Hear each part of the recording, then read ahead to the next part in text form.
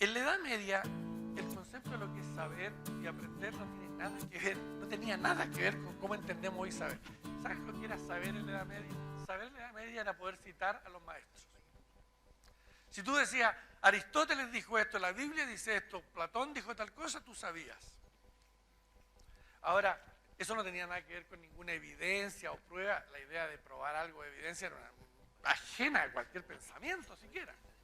¿Y para qué sabíamos? Tampoco tiene nada que ver con lo que es hoy día. En la Edad Media nosotros sabíamos para vivir una vida virtuosa que nos permitiera alcanzar el cielo después de morir. Ese era el objetivo del saber.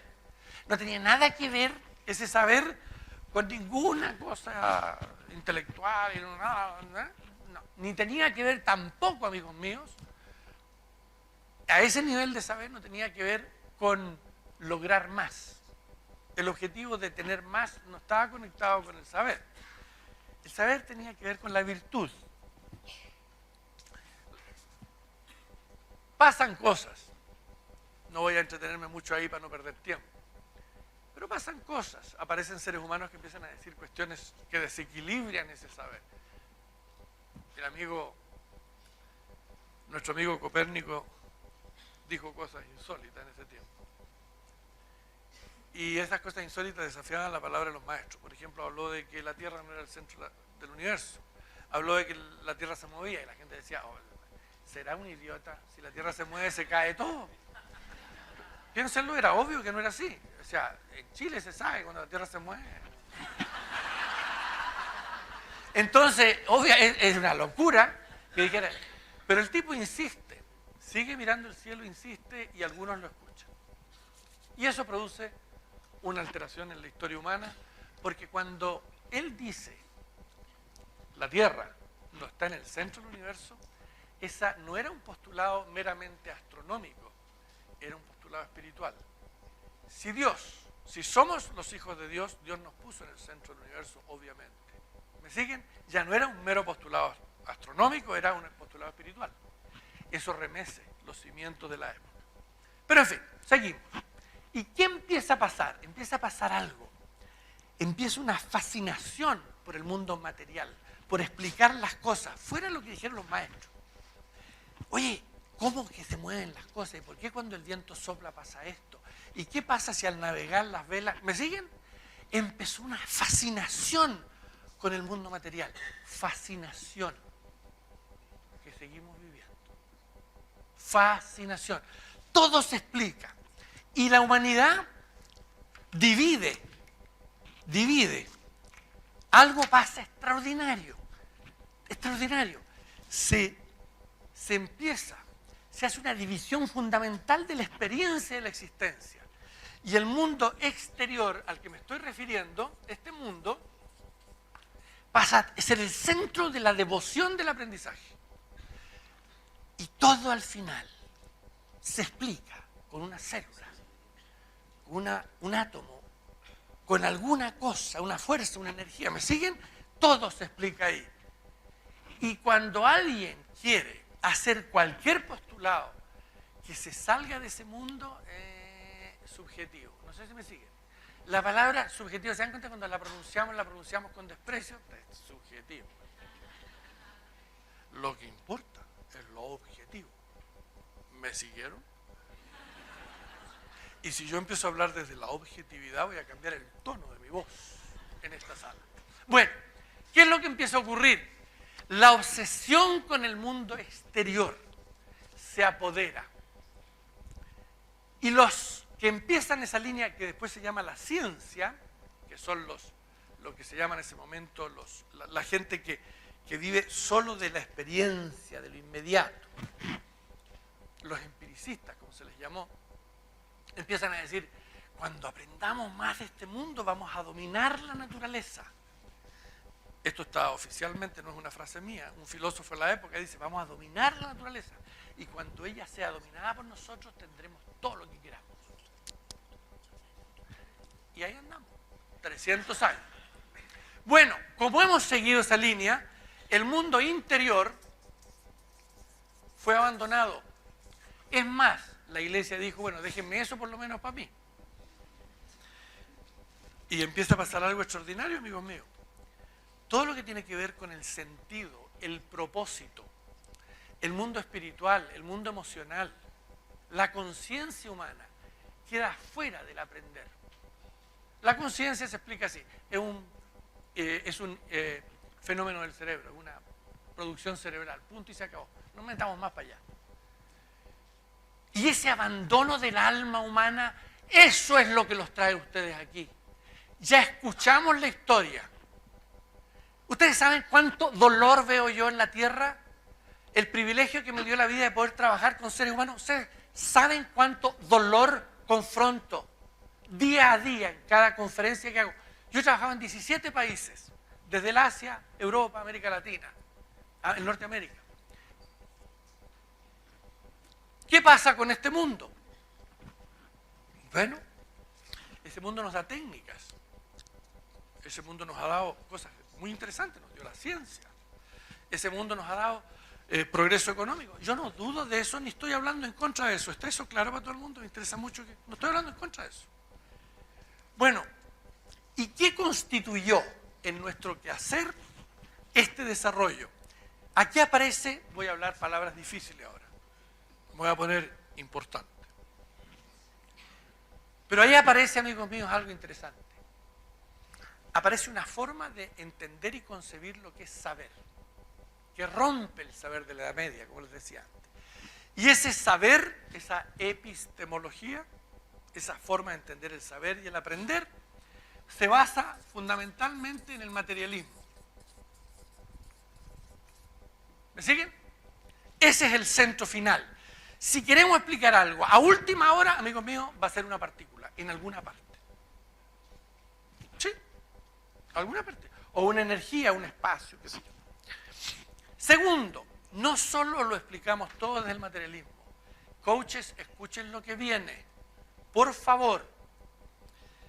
Lo que pasa no es solo que se funda todo el saber en el materialismo. Para explicar las cosas, las separamos. Eso es lo que se llama el espacio del análisis.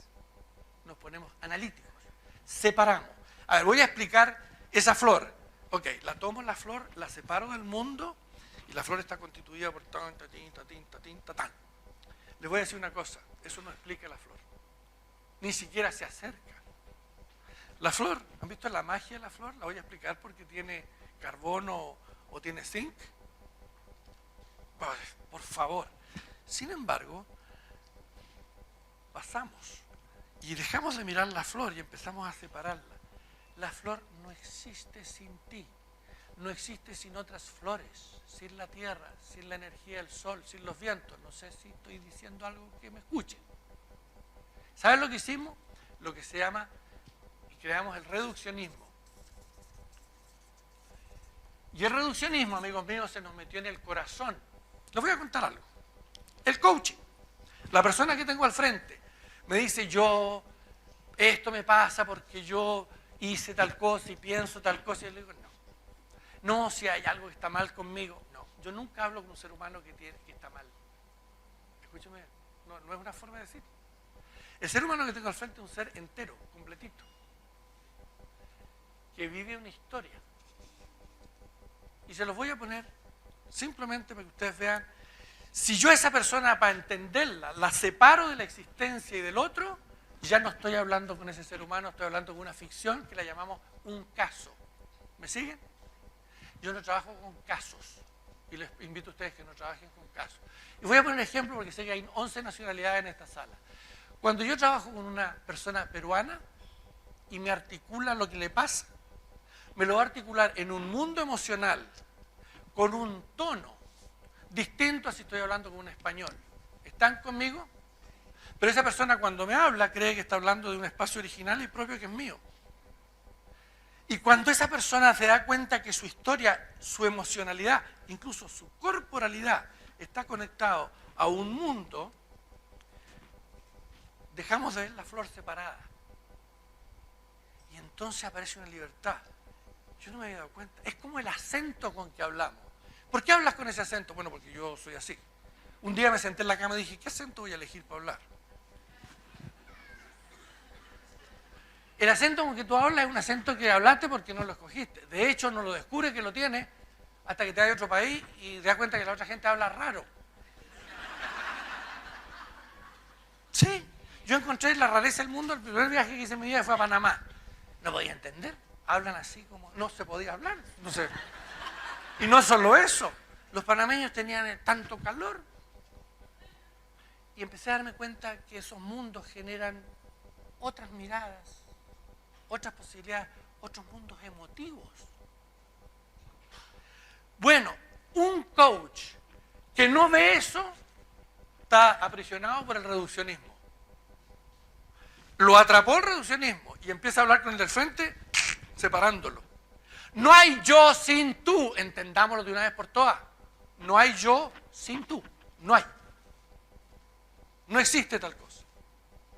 El concepto de lo que es ser hombre, mujer, no es que un día yo me senté a la orilla de la cama y dije, a ver, voy a pensar, ¿cómo voy a definir hombre o mujer? No, te lo dio la historia. Ahora, un día tú puedes reflexionar y romper esa historia, pero nosotros vivimos inicialmente atrapados en un concepto de lo que es ser hombre o mujer. Por ejemplo, el concepto que tenemos de lo que es envejecer en la Tierra. Bueno, envejecer siempre ha sido así, envejecer, envejecer. No. En Estados Unidos, el país donde yo vivo, envejecer es una condena. Es en la declaración de que eres inútil y toda conversación contigo es sobre hospital y seguro médico. No hay otra cosa. No tienes derecho al amor,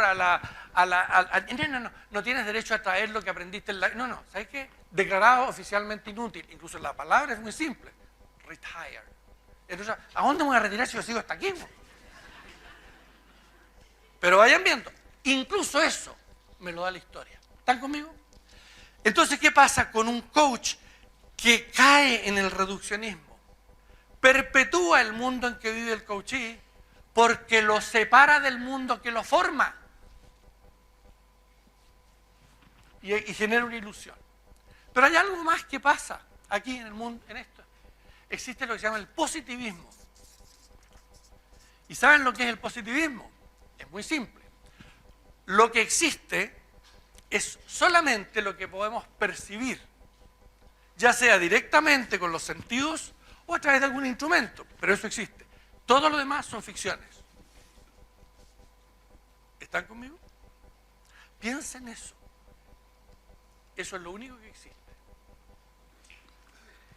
Y escúchenme en esta parte. El propósito de este saber basado en todo eso tiene dos grandes connotaciones. Aprendemos en la vida con el objetivo, con dos fines tiene el aprendizaje humano en esa estructura. Predecir y controlar. Esa es la esencia de la tecnología. Yo sé con qué objeto para poder predecir lo que viene en Canadá y puedo controlar. El saber de nuestra era está basado en la... Por eso la tecnología hace lo que hace. Para hacer esas cosas yo tengo que aprender a controlar el mundo. La ilusión del control en nosotros es brutal. Entonces, tenemos esos dos objetivos. Echemos una miradita qué pasa con este otro lado. Este otro lado lo dejamos para la terapia en el mejor de los casos. Si me preocupa eso, puta, anda a ver a alguien que te revise el coco porque algo está mal. Y les voy a contar, no solo eso, amigos míos. El asunto es tan dramático que el mundo interior solo se visita como enfermedad. Piénsenlo bien. Y quiero decirles, respetuosamente a la gente que está en la psicología, la psiquiatría, que entiendo que hay un espacio para ese saber. ¿Está claro eso? Perfectamente. A veces tenemos enfermedades cerebrales, psíquicas y merecen su atención. Obviamente. Pero si todo aprendizaje del mundo interior se reduce a eso, hemos reducido el saber interior a un saber psiquiátrico relacionado con lo terapéutico. Pero hay algo más. El saber interior no es solo el interior del ser humano. Ojalá que lo que voy a decir ahora me lo escuchen. El saber interior no es el interior solo de nosotros como personas. Se nos olvidó el interior de la existencia.